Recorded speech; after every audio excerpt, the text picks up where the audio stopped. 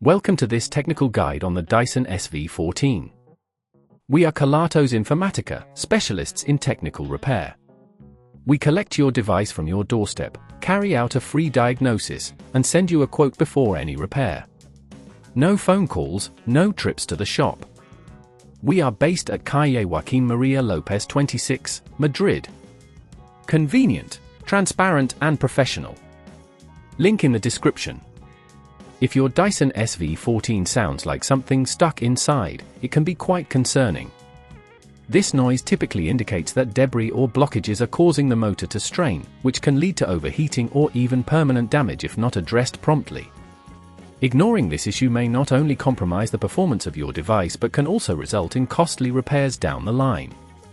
To tackle this issue, you'll need a few tools: a Phillips screwdriver, a flathead screwdriver, and a soft cloth for cleaning. Start by ensuring your Dyson SV14 is unplugged.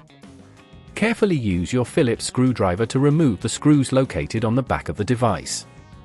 Make sure to keep these screws in a safe place for later. Once the screws are out, gently pry open the casing using your flathead screwdriver. Take your time here, you don't want to damage any clips.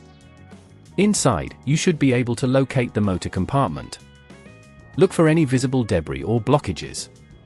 If you spot anything, carefully remove it with your fingers or a soft cloth.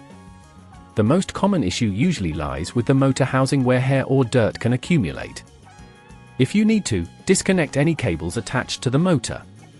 Be sure to note how they were connected for reassembly. To replace the motor, unscrew the relevant screws and gently lift it out, taking care not to tug on any wires. Insert the new motor, ensuring it fits snugly into place.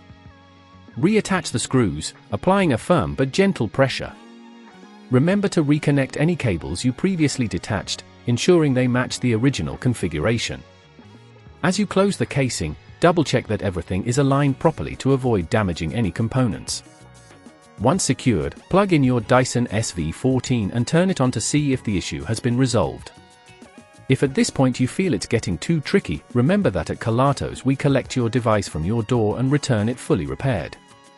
To prevent this problem from recurring, regularly clean the filters and check for blockages in the motor compartment.